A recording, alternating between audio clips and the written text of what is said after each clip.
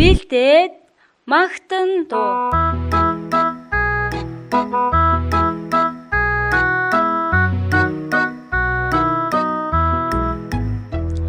Миний бурхан бол агуу том бас хүч чадалтай, чадахгүй зүйл нэг ч үгүй.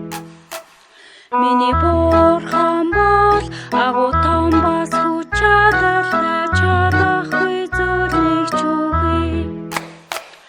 Тэр улс түүнийг, тэр хүндээ түүнийг олж бас түүний бүтээл. Миний бурхан бол агуу том бас хүч чадалтай, чадахгүй зүйл нэг ч үгүй. Миний төлөө, таны төлөө.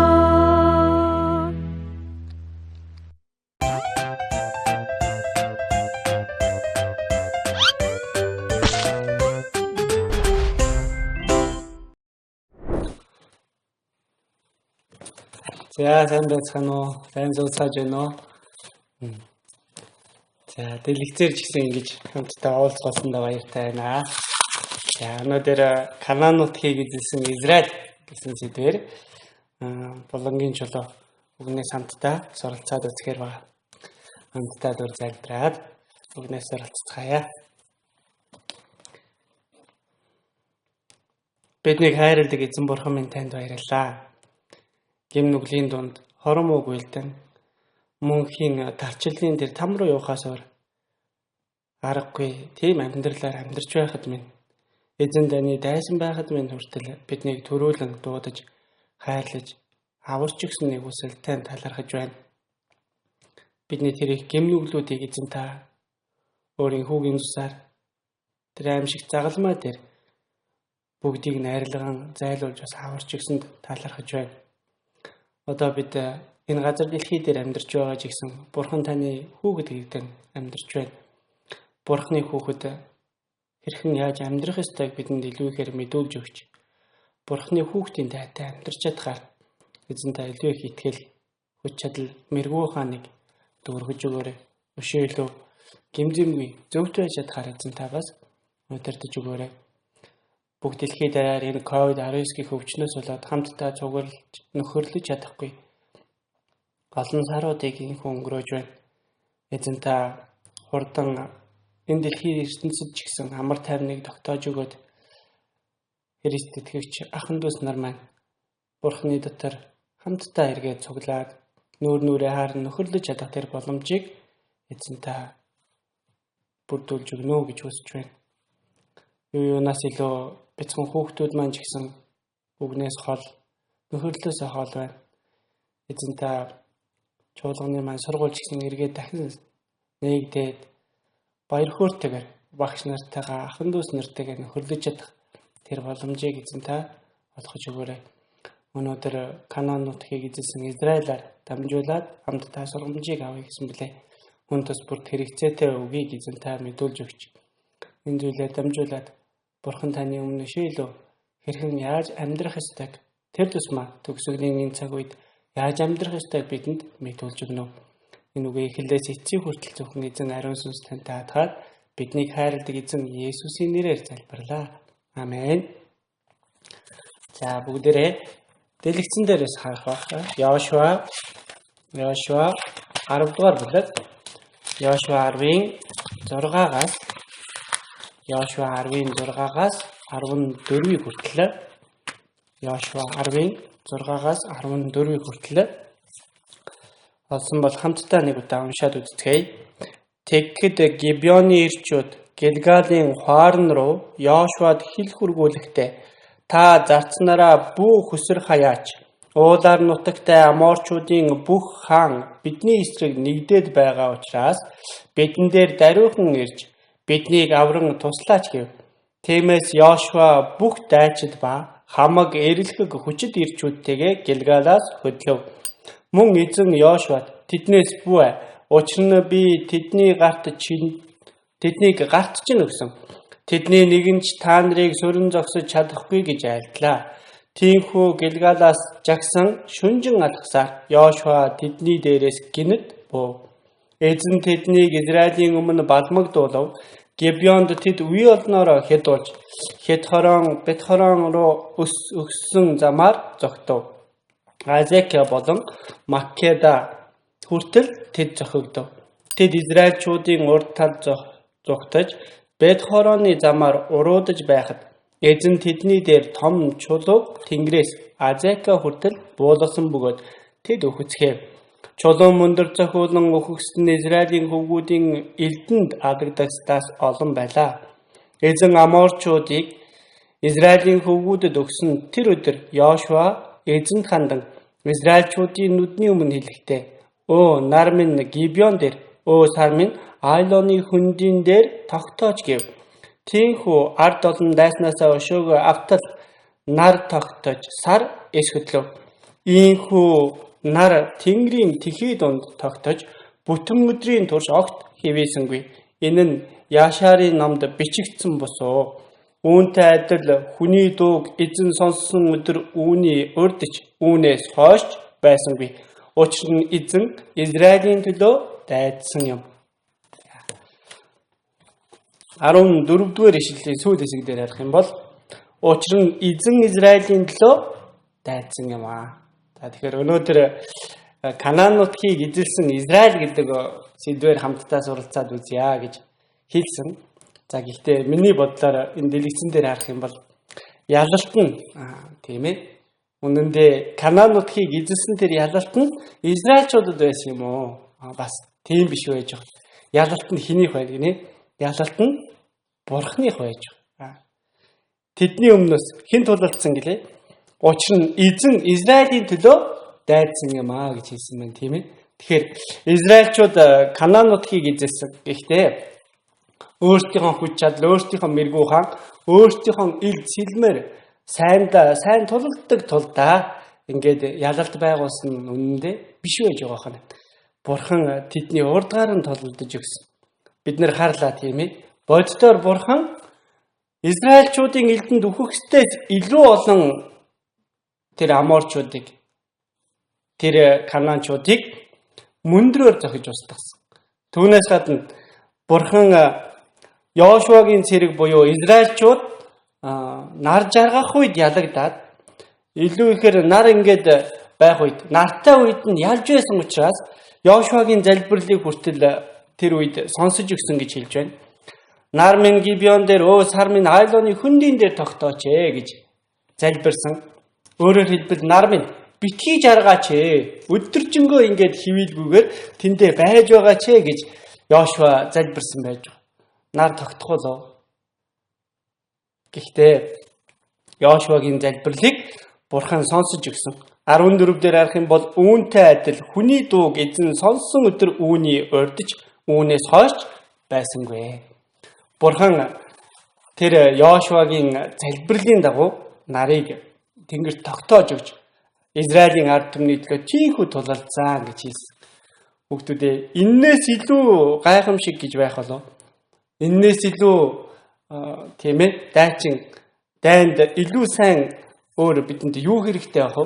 Тэгэхээр энэ Йошуагийн хувьд нарыг тогтоон барьяач гэхэд эзэн тэдний төлөө нарыг тогтоон барьж өгсөн. Тэгэхээр энэ гайхамшигтай нэг талаар харах юм бол итгэхийн аргагүй ийм гайхамшигт үйлийг эзэн хийж өгч бас Израилийн ард түмнийг тэр ялалтанд түргэсэн. За ямар тач өнөөдөр Йошуа 11-р бүлгээс түрнгээ харах юм. Тэгэхээр Йошуа 10-р бүлгийн хувьд Израилийн ард түмэн тийм ээ Египтэд Йозефоос болж очоод тэр Йозефийг нас барсны дараа Йозефийг мэддэггүй хаад гарч ирээд Израильчуудыг боолчилж ярихдаг тийм биз дээ. Тэгээд эцэст нь 10 гайхамшигыг тэр фараон хааны өмнө буулгаснаар ууган хүүг хамгийн эцэст нь ууган хүүг өхүүлэх тэр гамшигыг буулгаснаар фараон хаан та нар эзэн бурхандаа буцаа гэд тэднийг тавьж явуулдаг. Тиймээс тэд нар яадаг вүлээ? Улаан нэгсийг гатлаад цөлд ирдэг. Цөлд ирээд Канаан нутагт ирсэн үү гэхээр ирсэн. Канаан нутгийн өмнө ирдэг байж байгаа. Гэхдээ Канаан нутаг руу тухайн үед дайрч чадаагүй. 40 жилийн дараа ийхүү дайрч орж ирж байгаа. Тухайн үед анх очиод яасан бэ? Канаан нутгийн өмнө ирээд 12 туршуулыг явуулдаг үстэй. За тэгэхээр тэр 12 туршуулаас 10 туршуул нь муу мэдээд. 2 туршуул нь сайн мэдээд ярьдаг. Ямар 2 туршуул вэ? Йошуа болоод бидний өнөөдөр харж байгаа Йошуа. За тэгээд Калеб. Энэ 2 хүн яасан бэ?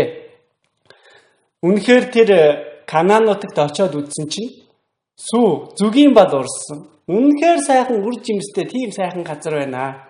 Тэд бол бидний хоол учраас одоо явж тэднийг эзэлцгээе гэсэн тийм сэтгэлтэйгээр ирдэг. Тийм мэдээг дамжуулдаг. Гэтэл үлдсэн 10 хүн нь юу гэж хэлдэг гэж? За бүгдээрээ тооллого 13-ийн 27-оос 28. Тооллого 13-ийн 27-оос 28. За хамтдаа уншаад үзэх үү? Тооллого 13-ийн 27-оос 28. Хамт уншийе. Тэд түүнд ийхүү хэлв. Таны биднийг илгээсэн нутагт бид очлоо.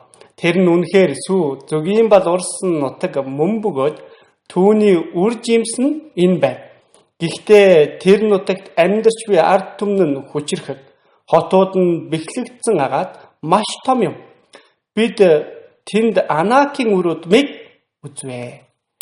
За үлдсэн 10 туршуулууд нь ингэж хэлсэн байна хүүхдүүд те.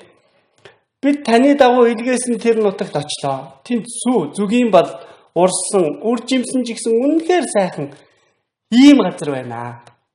Үр жимс нь үнэхээр сайхан сүү зүгийн балаар бэлхэм дүр. Өөрөөр хэлбэл юу гэсэн үг? Амьдрахад үнэхээр сайхан газар байна. Өөртөө цүл 40 жил амьдарсан учраас цүлд амьдарч байгаа учраас одоо тэр Канаан нутагт очиод харах нэ үнэхээр сайхан харагдсан баг. Тэгээд тэр үр жимснүүдээс нь бид авчирлаа гэд ийм үр жимсийг авчирсан баг. За бүгдээрээ хараарай. Энэ усан удмын нэг хонгорцог байгаа зү тийм ээ. Усан удмын хонгорцгийг 2 хүн дамжлаад. Тийм байгаа зү. Өөрөөр хэлбэл усан үзмэл гэхэд ийм том усан үзмийн хонгорцог ургадаг байсан байна. Ганцаараа эдний цад холоо. Олоола хувааж идэхэр байгаа зү тийм ээ. Тэгэхээр Канаан нутагт тэгвэл тухайн үед ямар сайхан өвс ургамал, ямар сайхан жимс тэр газар ургадаг байсан юм бэ? Үнэхээр хүнийг амьдрахад дэндүү сайхан газар байсан. За гэхдээ энэн дээр тийм үг гарч байна. 28 дээр нарах юм бол хүүхдүүдээ тэр 2 тур 10 туршуул юу гэж хэлсэн бэ? Гэхдээ энэ нь юу гэсэн үг юм бол дааж тийм сайхан газрыг ууланд бурхан бидэнд өгсөн, амласан. Гэхдээ тэдний урд асар хүчрхэг ард түмэн хотод дээрээс нь асар өндөр цайд хэрв дээрээс нь Анакчууд буюу авраг биетүүд байна. Бид нар тэдэнтэй зэрэгцээ тарах юм бол цавцаа адил харагдаж байна гэж хэлсэн. За цаана зовсож байгаа тэр 2 хүнийг хараарай хүүхдүүд ээ. Ямар вэ? Хоорондоо тулалдвал тэр намхан нь ялах юм шиг байна уу? Биднээс ийм өндөр байгаа юм чинь бид нар тэднийг дийлэхгүй штэ. Тийм мэдээг авчирсан байж. Дийлэх болоо дийлэхгүй болоо. Хүүхдүүдээ Канаан нутгийг бурхан Израилийн ард түмэнд амласан байсан биз дээ. Тийм биз дээ. Бурхан амласан юм чи амлалтаа биелүүлэх болоо биелүүлэхгүй болоо. Бурхан гарцаагүй амлалтаа биелүүлдэг нэг. Бурхан хүнтэй адил худал хэлдэггүй нэг гэж хэлсэн. Бурхан хизээж худал хэлдэггүй тийм ээ. Йошуа номноос тэгэхээр Йошуа номон дээр харах юм бол Бурхан Йошуад хандаад хэлдэг Канаан нутаг руу ор. Тэр Канаан нутгийг би чамд өгөх болно. Тэдний гарт өөрөөр хэлбэл би тэднийг чиний гарт өгөх болно. Йошуад амласанчлан тэр амлалтыг Мосед ч гэсэн амласан байж. Тэгэхээр тэр амлалтынхаа дагуу өгнө гэдэгт итгэсэн байна уу, итгээгүй байна уу? Энэ 10 туршуулууд итгээгүй байж. Бурханы амлалтанд итгэх биш. Тэр хүмүүсийг асар том хүмүүсийг тэр асар өндөр цайзуудыг хараад үнэндээ хайж орхисон. За өнөө цаг үед ч гэсэн хүүхдүүдээ ийм өндөр хүмүүс ч гэсэн бидний цаг үед амьдарч байсан байж. За энэ англи хүн байна, польш хүн байж байна. За энэ хүнийг таних уу? Монголд өндөр гонгор гэж нэрлэгддэг тийм хүн байсан. Тэгэхээр 2 метр 41 см гэж хэлж байна. Тэгэхээр ийм асар өндөр хүмүүс энэ цаг үеүүдэд ч гэсэн байсан байж. Тэгвэл Мосегийн үед тэр Йошуагийн үед Канаан нутагт амьдарч байсан хүмүүс хэр зэрэг өндөр байсан болоо. Ийм хүмүүстэй барилдвал, ийм хүмүүстэй тулалдвал дийлэх болов. Үнэндээ дийлхийн аргагүй байсан байж. За гэхдээ Йошуа дээр хүүхдүүдээ Калеб, Мосе хоёр ямар мэдээ авчирсан бол Мосе дээр Калеб, Йошуа хоёр үнэхээр зүгийн бал урсан тэр нутаг. Тэр нутгийг бурхан бидэнд амласан. Бушуугын шиг одоо дайрч ороод эзэлцгээе.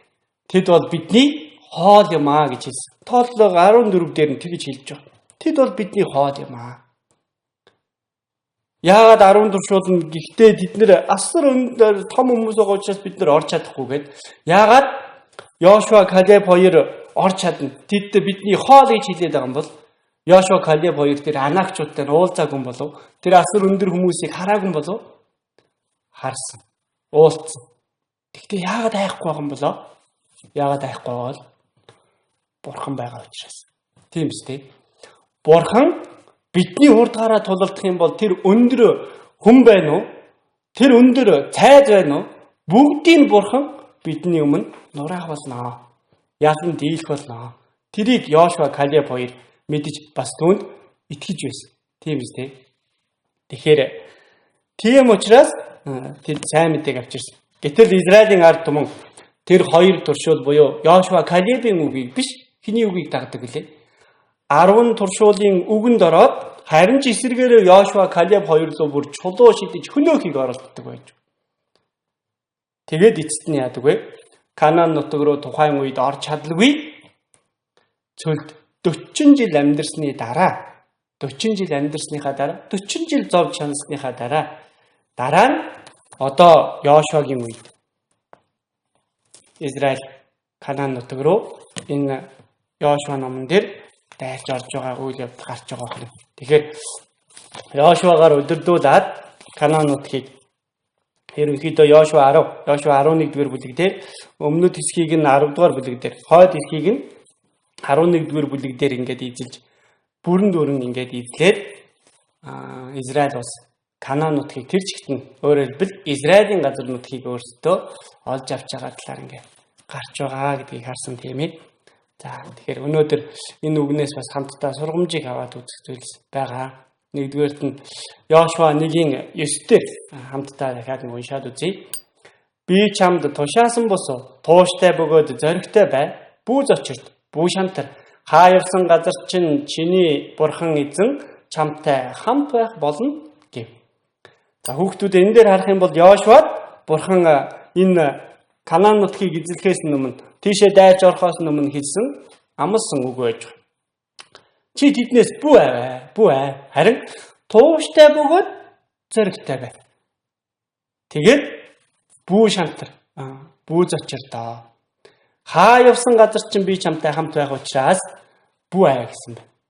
Йошуа яасан бол яг энэ үгийн дагуу огтхон ч хайгаагүй, огтхон ч шантраагүй, огтхон ч зочирдоогүйгээр тууштай бөгөөд зоригтойгоор тулалдсан байж. Тэгэхэд бурхны өмнө бурхан тэдний өмнө гарan ийхүү тулалдсан. Тэр чулуун мөндрүүдийг буулгаж нарыг бүр тэнгэрт тогтоож байгаа тэдний төлөө тулалдсан ба шүү дээ. Тийм байгаа үстэй. Бурхан хамт байсан байна уу? Үгүй байна. Бурхан хамт байсан. Энэ үед ч гэсэн анаагчууд өмнө нь байсан болов? Байсан шүү дээ. Тэр нефилимчүүд, тэр авраг биетэй хүмүүс зөндөө байсан байж. Энэ Йошуа 10-р бүлгийн өмнө юу гарч байгаа вэ гэхээр Ерихо цайз, Ай цайзыг эзэлсэн талаар гарч байгаа. Тэр Ерихо цайз ямар байлаа хүүхдүүд ээ? Асар өндөр цайз, нуурхын аргагүй бүр 2 давхар тийм цайз байсан байхгүй юу? Гэтэл бурхан яасан бэлээ? Израилийн ард түмнийг та нар өдөр бүр нэг удаа тойроо. Тэгээд 7 дахь өдөрт нь 7 удаа тойроо. Түүний дараа бөөнөрөө хашгир. Тэгээд бүрээгүй. Тэр үед хан нурж та нар дотогш дайрч ороорой гэж хэлсэн. Израилийн ард түмэн 6 өдрийн турш өдөр болгон очиод нэг тойрсон. 7 дахь өдөрт нь 7 удаа тойрсон. Тийм биз дээ. Тэгээд 7 дахь удаага тойрсныхоо дараа бүрээ үлээгээд хашгирч ихэлсэн ба. Гэтэл яасан бэлээ? Нөгөө асар өндөр цайз маань юу ч хүн нураад ирсэн ш. Тэгээд Израилийн ард түмэн дайрч ороод ийзэлсэн байж. Хин нураачав. Израилийн ард түмэн алах бариад дайрсан билүү? Лантуугаар загсан болов? Үгүй шүү дээ. Зүгээр л тойр гэсэн Бурхны үгийн дагуу дуулууртай байх үед Бурхан тэдэнд нурааж өгсөн байна. Тийм байгаа шүү дээ. Түүний дараа Ай цайзыг эзлэх үед тэдний дунд гэр нүгэл байсан учраас Бурхны өмнө дуулуургүй хандсан зүйл байсан учраас ялагдал хүлээд 36 хүн байна уу? Амиа алддаг байж. Гэвч дараа нь Израилийн ард түмэн дахин Ай цайзыг жигсэн эзэлдэг. Тэнд ч гэсэн Бурхны хүч байсан.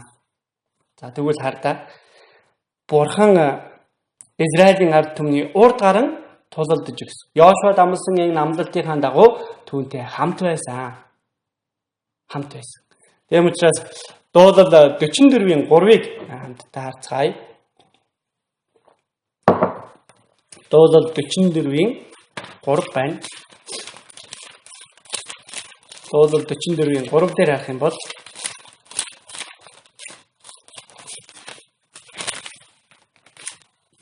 за хамтдаа уншаад үзье. Учир нь тэд илдээр газар нутгийг эзлээгүй. Газар нь гарн бус харин таны мутар, таны хурууба оршихын гэрэл тань тэднийг аварсан билээ. Тэд гэдэг маань Израильчууд өөрсдийнхөө илдээр тулалдаад газар нутгийг эзэлж авсан биш ээ. Гарн биш юм аа. Харин таны баруун мутар, Бурхны баруун гар. Тийм биз дээ. Бурхны хуруунууд таны оршихын гэрэл тань тэднийг аварсан юм. Тэднийг газар нутгийг эзлэхэд хүргэсэн юм аа. Ялалт нь хүргэсэн юм аа гэж хэлж. Тэгэхээр үнэндээ Израилийг эзэлсэн нь Канаан нутгийг эзэлсэн, Израиль гэхээс илүү Канаан нутгийг эзэлсэн Бурхан гэд харахад болох нь. Тийм үстэй. Тэгэхээр Израильчуудын хувьд Бурханы амласны дагуу Йошуад ч гэсэн амлж байсны дагуу Бурханы өмнө дуулууртай байгаад Бурханыг тууштай, зоригтойгоор дагаж байх үед Бурхан ялалтанд хүргэдэг. Бурхан тэдний урд гараад тулалдсан байж.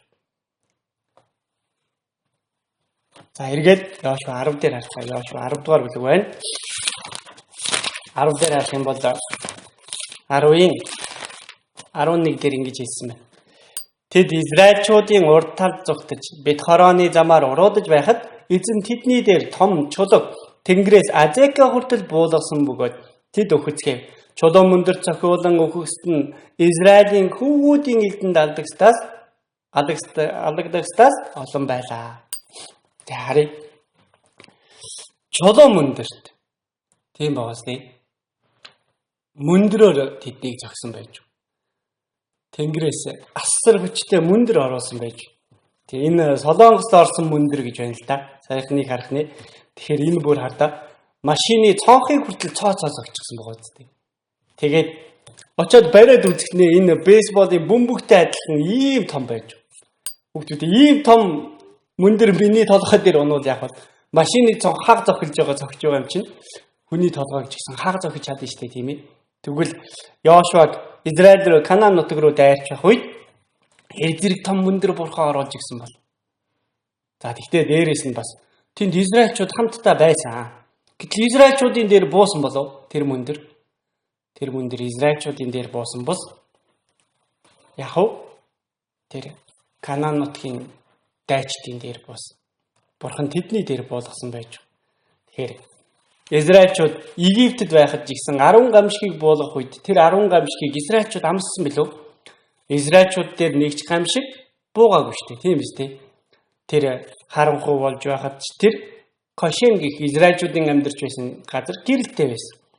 Тэр ялаа шумуул, дээрээс нь тэр мэлхий, тэр бөөс, эсвэл тэр аимшигт халдварт тэр өвчин тийм ээ гарах үед Израилийн нэгч мал үхээгүй, Израилийн нэгч хүн өвдөөгүй байдаг баг. Тэгэхээр Бурхан онцгойлоо тэр аимшигтай гамшгуудыг буулгахдаа энэ мөндрийг жигсэн буулгахдаа яг уу Бурханы өмнө дуулуургүй байдаг. Гэмнүглээр дүүрэн тэр ард түмэн дээр буулгасан. Харин өөрийн ард түмнийг Бурхан хамгаалдаг байж байгаа юм. Түүнийг харж бол ийм мөндөр Бурхан одоо ч гэсэн оруулж байгаа юм шүү дээ. Тэгвэл ийм зүгээр орж байгаа болов бас тийм баш байна. Тийм ээ. Бурхан хийсэн байж. Энэ газар дэлхийдээ санамсаргүй зүйл гэж байдаггүй. Бүгд Бурханы төлөвлөгөөнд дотор байдаг хүүхдүүд. Тэгэхээр тухайн үед Канаан нутагт ийхүү мөндөрт олон нэрчүүд нь зохиогдсон байж. За гэтэл түүний дараа бидэнд түрүү хийсэнчлэн хүнд итгэхийн аргагүй нэг зүйл болсон гэсэн тийм ээ. Йошуа эзэн тандаа залбирсан. Израильчуудын нүдний өмнө хэлэхдээ нар минь Гибеон дээр сар минь Айлоны хүндийн дээр тогтооч гэсэн байж. Нарыг тогтооно гэсэн байна. Тийм байгаа биз дээ. Нарыг тогтоож өгөөч. Йошуа яагаад ингэж залбирч байгаа юм бол? Бид нарыг харах юм бол зүүнээс мандад баруун руу жаргадаг. Нэг удаа тогтдог билүү? Тогтдоггүй байж байгаа. Йошуа өмнө нь тэгвэл нар тогтож байгааг харсан болов? Хараагүй шүү дээ. Нар ингэ тогтож болдсон юм байна. Нарыг тогтоочдсон юм байна гэж мэддэг учраас ингэж залбирсан биш байж байгаа. Йошуа яагаад ингэж залбирсан юм бол? Итгэл байсан учраас. Ямар итгэл юм бол? Бурхан нарыг тогтоож чадна гэдгийг итгэдэг учраас. Өөрөөр хэлбэл Бурхан нарыг тогтоож чаддаг гэдгийг мэддэг учраас байна. Хүүхдүүдээ Бурхан нарыг тогтоож чаддаг гэдгийг мэдэх үү? Бурхан нарыг тогтоож чадна гэдэгт итгэдэг үү? Есүс ч гэсэн хэлж байсан. Та нарын дотор гिचийн үр шиг өчүүхэн дэдийн итгэл байхад л энэ уулыг аваад тэр нууранд унаг ихэд тэр зөөгдөх болно. Өөрөөр хэлбэл бидний итгэл юу ч хийж чадна. Бидний залбирлж гисэн юу ч биелүүлж чаддаг байж. Яаков номон дээр харах юм бол зөвхөн залбирал нь үр нөлөөтэй юм гэж хэлсэн. Йошуа Бурхан тандаа залбирсан. Нар минь Гибеоны дээр, сар минь Айлоны хүндийн дээр тогтооч. Бурхан минь өөрөөр хэлбэл та нарыг тогтоогоод өгөөч. Бид тэгвэл энэ Аморчуудыг ялах гээд байна. Тэгж залбирсан байж. Одоо үед ийм залбирлыг хийсэн хүнийг харах юм бол бид нар юу гэж хэлэх бол?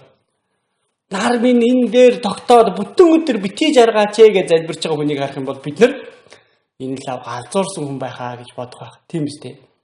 Гэтэл Йошуагийн үе жинхнээсээ тэгж залбираад жинхнээсээ нарыг Бурхан тогтоосон. Яагаад юм бол Йошуад бат итгэл байсан учраас. Гिचийн үр шиг итгэл гэсэн. Тэгвэл тэрнээс илүү агуу итгэл Йошуад байсан учраас Бурхан тэр нарыг тогтоож өгсөн байж. Тэм учраас нар Тэнгэрийн тэхий дунд тогтож бүтэн өдрийн турш огт хивээсэнгүй. Бурхан нарыг тогтоож өгсөн байгаа. Тэгвэл бидэнд ч гэсэн ийм хүч байгаа болов. Йошуа бидэнтэй л адилхан хүн байсан. Мосе бидэнтэй л адилхан хүн байсан.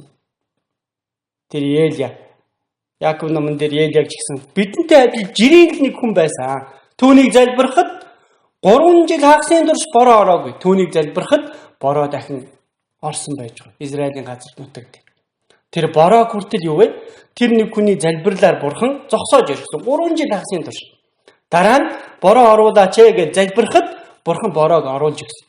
Хэний залбирлаар? Елиагийн залбирлаар. Гэтэл тэр Елиаж гэсэн бидэнтэй ижилхэн жирийн хүн байсан гэж хэлсэн. Хүүхдүүдээ бидэнд итгэл байгаад бидэнд залбирал байх юм бол гуйлд байх юм бол Бурхан түүнийг биелүүлж өгдөг. Бодцоор энэ нарыг тогтоосон, нар Тэнгэрт бүтэн өдрийн турш тогтсон талаар одоо шинжлэх ухаанд хүртэл Америкийн нэгдсэн улсын сансар судлалын NASA-гийн агентлагаас хүртэл олоод тогтоожсэн тийм мэдээ өмнө нь явж байсан. Багш нь энэ удаа үзүүлэе гэсэн чи тааж материалаас олж харж чадсангүй байна. Чадсангүй. Тэгэхээр өмнө нь жигсэн семинар дээр бид нэр хэрэгжилж байсан баг. За Бурхан нарыг үнэхээр тогтоож чаддсан болоо. Исая 48:13 дээр харъя. Исая 48:13. За асан бол уншаад үзье. Мутар минь дэлхийг суурлуулан баруун мутар минь Тэнгэрийг дийлгэв. Би тэднийг дуудахад тэд хамтдаа зогсдог. Бурхан ингэж хэлж байна. Би тэр нарыг чинь бүтээгээд, би тэр сарыг чинь бүтээгээд, би энэ дэлхийн ертөнцийг чинь бүтээсэй. Бүтээсэн юм чинь зогсооход яах вэ? Бурхан дэндүү амархан зүйл юм а. Би тэднийг дуудахад тэд хамтдаа зогсдог гэж хэлсэн. Бурхан яасан бол Йошуагийн залбирлыг сонсоод нар минь одоо чи зогснаа гэж тушаах үед нар яасан бол тэндээ зогсчихсан байж байгаа хүн. Нар хөдлөөгүй байж. Ингээд нар яг Тэнгэрийн гол сар маань ингээд тогтчихсан байж байгаа хүн. Зарим газар нь бүтэн өдрийн турш Йошуагийн тэр газар тэр Гибеонд нар бүтэн өдөр тогтчихсон учраас зарим газар нь яг бол шүн өнгөрчөөд байхад нар гарч ирэхгүй байсан байна. Сар нь байдаг хэвээрээ тогтчихсон байж. Зарим газар нь өглөө болоод үүр цайсан. Гэтэл үүр цайгаад бүтэн өдрийн турш яг л үүр цайсан юм шиг тэр хэвээрээ нар гарч ирэхгүй. Зарим газар нь орой болоод за нар жаргах юм дэ гэтэл нар жаргахаа байсан тэндээ нам тогтчихсон байх тийм ээ. Яг үүнтэй холбоотой янз янзын үлгэр домгууд гэсэн улс орнуудад байдаг. Зарим нь юу гэж хэлдэг гэж бүтэн шүн өнгөрчөөд байхад өглөө болохгүй нар алга болчихсон. Тийм учраас тухайн үед нарыг матар залгичихсан гэсэн домог хүртэл ярьж байсан. Яагаад тийм домог ярьсан бол Йошуагийн үед бурхан нарыг Гибеоны дээр нам тогтоочихсон шүү дээ. Тийм үстэй. Бурхан нарыг тогтоочихсон учраас. Бурхан сарыг Айлоны хөндөй дээр тогтоочихсон учраас тийм хүү ярьж байсан байна. Энэ маань бодит үнэн байж байгаа хүмүүс дээ. За тэгээд эцэст нь Канаан нутгийг эзэлж аваад Израилийн 12 овог ийхүү газар нутгийг хуваагаад авдаг.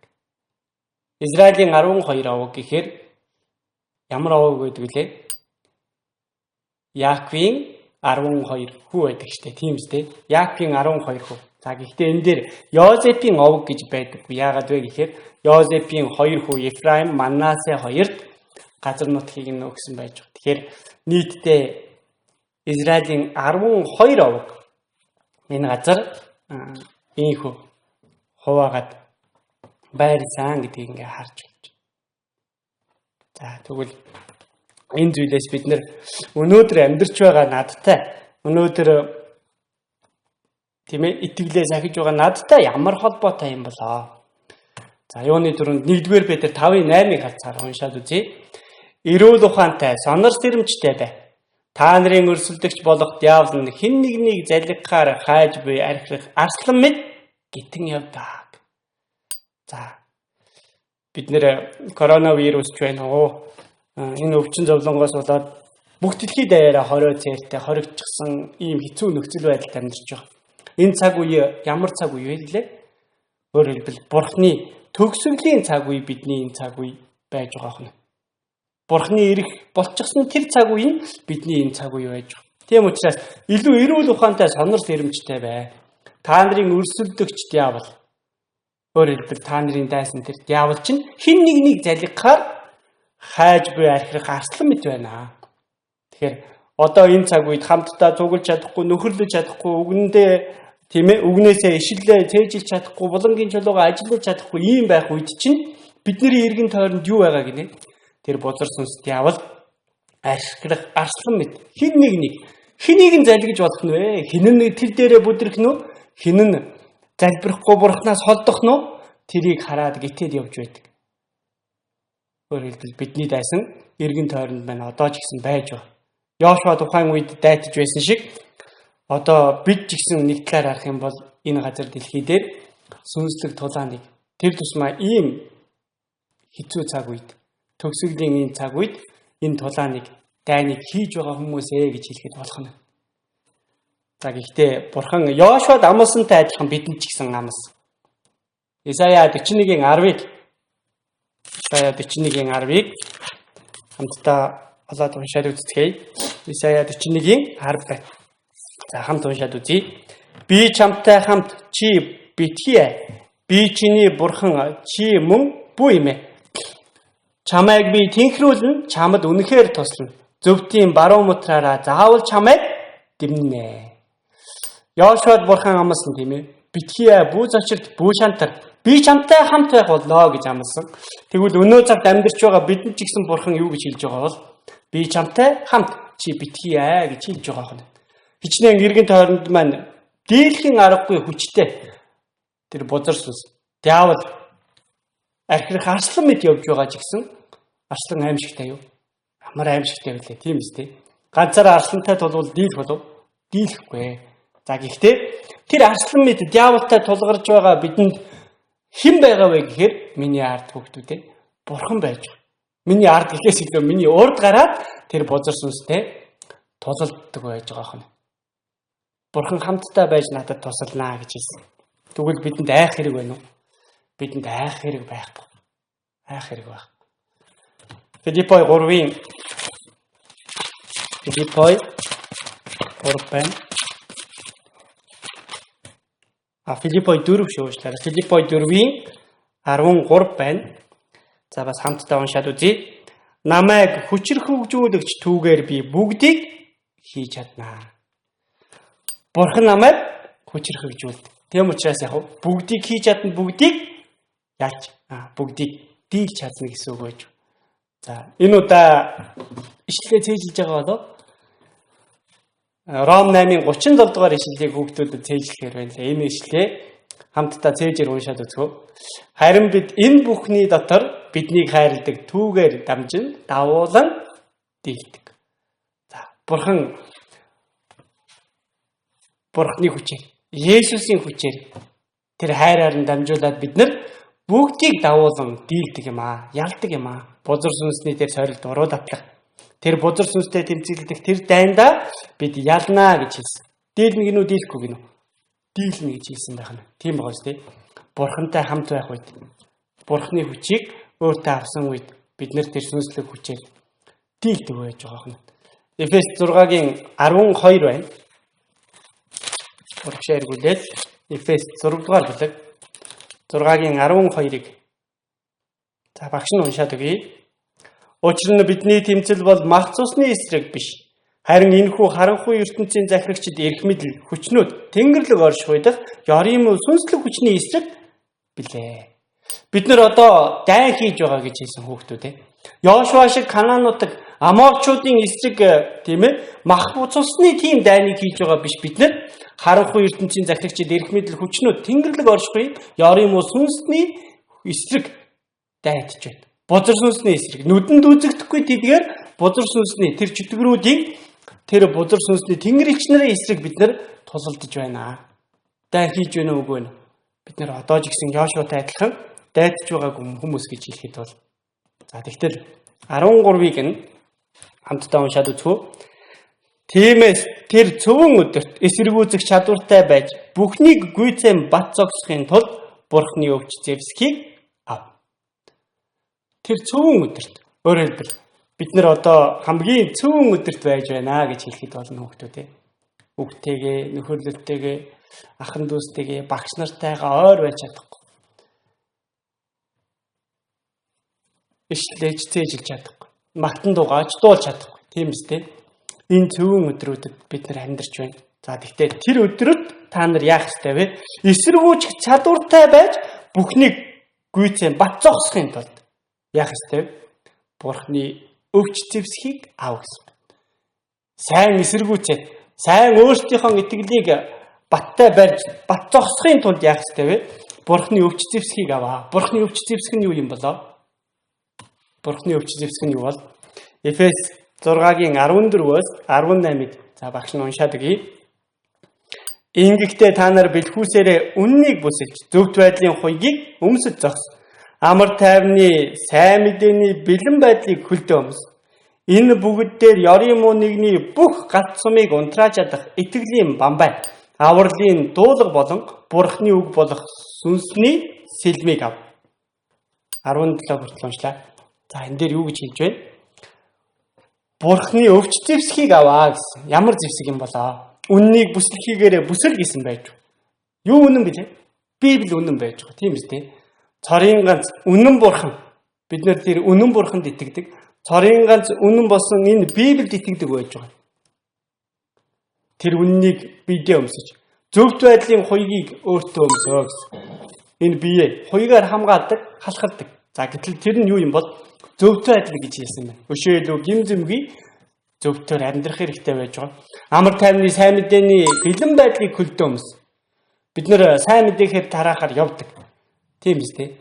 Тэгэхээр сайн мэдээг тараах үед бид нэр хөлдөө тэр гутлыг өмссөн байгаатай адилхан байна гэж хэлж байна. Дээрээс нь энэ бүгд дээр ёрийн муу нэгний бүх галт сумыг унтрааж чадах итгэлийн бамбай. Бурхан бузар сүнс яаж байна гэж, ёрийн муу нэг нь яаж байгаа гэж бид нар зөв байг харуулж байгаа. Ямар сум гинэ? Тэр нь бүр галт сум гэж хэлсэн байж. Тэр галт сум яадаг бол миний энэ цээжинд энд онлоо гэвэл яг бол галт сум бүхэлд намайг шатааж орхидог байж байгаа. Тийм биз дээ. Тэгвэл энэ бодлого сүнсний галт сум гэдэг нь ямар учиртай юм болоо? Бид нарыг чи үгээ өнөөдөр уншихгүй байхад болно. Чи өнөөдөр залбирахгүй байхад болно. Хүмүүсийн өмнө ичвэртэр байгаа үстэй хоол идэхдээ бити залбираа. Ийм сумнуудаар бид нарыг харавдаг. Сум чуулган чинь нөхөрлөж чадахгүй байхад бурханд итгэж яадаг юм бэ? Ийм сумаар бид нар лөө харавдаг байж. Гэхдээ энэ бүгдийг халахж чадах зүйл нь юу вэ? Итгэлийн бамбай гэж хэлсэн. Хэр том бамбай барих хэрэгтэй бол?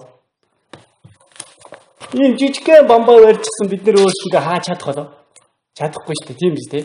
Өшөө илүү том бамбай байж бид нэр бие бүрэн төгс тэр галцсануудаас хамгаалж чад. Итгэл маань төдий шишээ чинээ том байж байж. За бүгдээрээ өнөөдөр Йошуагийн итгэлийг харсан. Тийм биз дээ. Йошуад ямар итгэл байсан блэ? Канаан нутгийг бурхан бидэнд өгнө гэсэн юм чинь гарцаагүй өгж таараа гэсэн итгэл байсан. Тийм учраас туршуулаар явж ирчээд шууд орцгой тэд бидний хоол болно. Тэгж хэлсэн баг. Тэр өндөр анаагчуд байна уу? Тэр өндөр цайз байна уу? Бурхан бидэнд өгнө гэсэн амлалт байсан. Ялалтанд хүргэнэ гэсэн амлалт. Тийм итгэл байсан байж. Дээрээс нь Йошуад ямар итгэл байсан бол? Нарыг хүртэл бурхан тогтооно гэсэн итгэл байсан. Тийм биз дээ. Тийм учраас бурханы өмнө нарыг та бурхан минь тогтоож орхооч. Танд бол энэ зүйл өчүүхэн зүйл шүү дээ. Тэгвэл бид нар ч гэсэн тийм итгэл байх хэрэгтэй байх. Тийм биз дээ. Бурхан минь та энэ коронавирусыг тогтоож өгөөч. Одоо амар тайван байдал дотор сүм чуулганаараа ахан дүүсээрээ цуглах боломжийг бидэнд өгөөч. Тэр залбирлаар, тэр итгэлээр ямар ч уруу татлах сорилтыг бид нэр ялж дийлж чад. За дээрэс нь авралын дуулга болон бурхны үг болох сүнсний сэлмийг ав. Бурхны үг байж. Үгээ уншиж байгаа юу? Тийм. Өдөрт ядаж 3 бүлэг сургаалт өгсөн номноосоо 1 бүлгээ уншаад тийм ээ. Энэ үг маань юу вэ? Бидний сэлэм байх нь шүү дээ. Нэг бамбай барьчаад ямар ч сэлэмгүй дайнд орвол ялах болоо. Бид нэр ялж чадахгүй тийм үстэй. Бурханд хичнээн итгэдэг гэсэн би бурхандаа итгэдэг.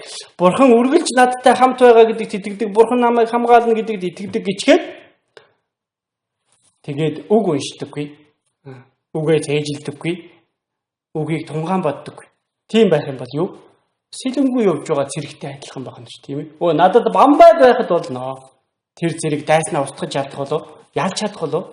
Чадахгүй. Тийм учраас бид нэр өшөөлөө ялалтанд хүрэхийн тулд юу хэрэгтэй? Бурхны үгийг өөрсдөө байлгах хэрэгтэй гэж хэлж байна. За, Эфес 6-гийн 18-ыг хамтдаа уншаад үзье. Сүнс дотор цаг үргэлж аливаа залбирал ба гуйлтаараа залбир. Үүний тулд хамаг ариун хүмүүсийн төлөө бүхий л зөвхөрлөлтгүй оролдлого гуйлтаараа сэргэг бай. За, эцэст нь 18 дээр энэ дээр юу гэж хэлсэн бэ? Залбир гэж хэлсэн маань хүүхдүүд. Өглөө басаад одооноос ахуулаад өглөө бүр залбираарай. Үнэхээр бурхан минь мэдээж энэ коронавирус COVID-19 гэх энэ өвчин энэ зовлонгоос болоод олон хүмүүс хоригдож сүм чуулганууд маань ч гэсэн цуглаж чадахгүй, нөхөрлөж чадахгүй хэцүү байгаа ч гэсэн энэ зүйл бурхан таны хүсэл дотор болж байгаа гэдгийг бид нар мэднэ. Гэхдээ бурхан минь энэ байдлыг эзэнтэй хурдан зогсоож өгөөд хурдан амар тайван цагийг бидэнд зөвшөөрч өгөөд бурхны дотор тэр бурхны хайрын дотор эргээд ахан дүүснийхаа нүүрийг хараад нөхөрлөх тэр боломжийг эзэнтэй олгож өгөөч. Бүгдээрээ одооноос тэр ариун хүмүүсийн төлөө бүхий зөвхөрлөлтгүй оролдлого гуйлтаараа сэргэг байж залбир гэж хэлсэн. Тийм болохоор зөвхөрлөлтгүйгээр өшөөлөө оролдлоготойгоор өшөөлөө гуйлтаараа сайн залбирч өгөөсэй гэж хүсэж байна. Би ч гэсэн одоо тийм хөө залбирч байна. Тэгэхээр бид нэр одоо эзний ийм цэрэг байгаа хөө тийм ээ. Авралын дуулах сүнсний сэлмээ бариад үнний бүсээ бүслээ. Сайн мэдээний хөлийг тэр гутлыг хөлдөө өмсөөд зөвхт байдлын дуулгыг бидээ өмсөд. Тэгээд итгэлийн бамбаагаа бариад дайтаж байгаа дайч. Тийм болохоор энэ дайнд хоёрыг дуулахтаа сэлмтэйгээ бамбаатайгаа байх хэрэгтэй шүү дээ. Зарим нь дуулгаа тайлаа хайцсан ч байж магадгүй. Юу лээ? Аврал байж байгаа. Тийм үстэй. Аврал нэгэн төгөгдөх юм бол дахиад хизээж биднээс булаагдахгүй зүйл байж байгаа. Гэтэл энэ авралыг авч чадаагүй сул дорой итгэлтэй тийм хүмүүс ч гэсэн байсан бол тэр хүмүүс одоо Бурханаас олдсноор авралыг авч чадахгүй байж. Хамгийн гол нь бид нэр энэ бас аврал маань баттай байна уу үгүй байна уу гэдгийг 2 дугаар Коринт 13 дээр байна уу харах юм бол та нар өөрсдөө итгэл дотор байгаа итгэл хэсгээ шалга гэж хэлсэн тийм ээ. Тэгэхээр энийг ч гэсэн баттай шалгах ёстой зүйл байх. За ямар ч тач Бурханы өмнө энэ бозар сүнстэй дайдахдаа Бурханы эдгээр сэлэм өвч зэвсгийг өөрсдөө өмсөд тэгээд хүчтэй байгаад дайтяа. Юу гэж хэлсэн бэлээ? Залбирцгаая тийм ээ. Бүхий л ариун хүмүүсийн төлөө. Бүхий л зөвхөлдгүй оролдлого гуйтаараа сэргийг байж залбираарай гэж хэлсэн. Тийм болохоор чин сэтгэлээсээ одоо залбираад бушууган шиг чуулганыхаа сургуулиар цуглуул хойш тий тийм ээ. Хүүхдүүдтэйгээ найзуудтайгаа уулзаад багш нартайгаа нөхөрлөөд ямар гоё байх вэ? Тэгэхээр тийм цаг үе хурдан ирээсэ гэж чин сэтгэлээсээ залбираад тэгээд бас одоо хийж байгаа энэ дайнд бүгдээрээ Йошуа шиг ялалтыг авсан тийм байгаасай. Бурхнаар дамжуулаад ярьсан тийм амьдралаар амьдарч байгаасай гэж хүсэж байна.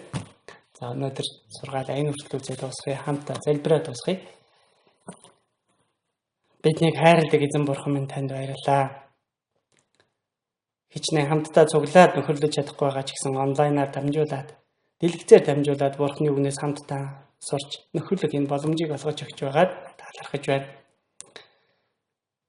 Бяцхан хүүхдүүд маань үгнээс бас нөхөрлөөс энэ залбирлаас хол байна. Эзэн та нэгч хүн бузар сүнстэй тэр сорилт тэр ороо татлахад бүдрэхгүй байхаар итгэлээс нь зурч өгнө гэж хүсэж байна. Эдгээр дамжуулагдаж буй үгээр дамжуулаад бидний итгэлийг илүү ихээр сэргээж өгч үнэхээр бурхны өвч тэр хувцсыг хоёуг дуулахыг өмсөд тайтж чадхаар эцэст нь ялалтанд хүрч чадхаар эзэн та бидний урдгаар тулалдаж өгөөрэй. Биднийг хүчрхэгжүүлэгч түүгээр бид бүгдийг хийж чадна гэсэн блэ. Эзэн та биднийг хүчрхэгжүүлж өгнө. Үлдсэн нөхөрлийн цагааж эзэн танд даатгаад биднийг хайрладаг эзэн Есүс Христийн нэрээр гуйн залбирлаа. Амен.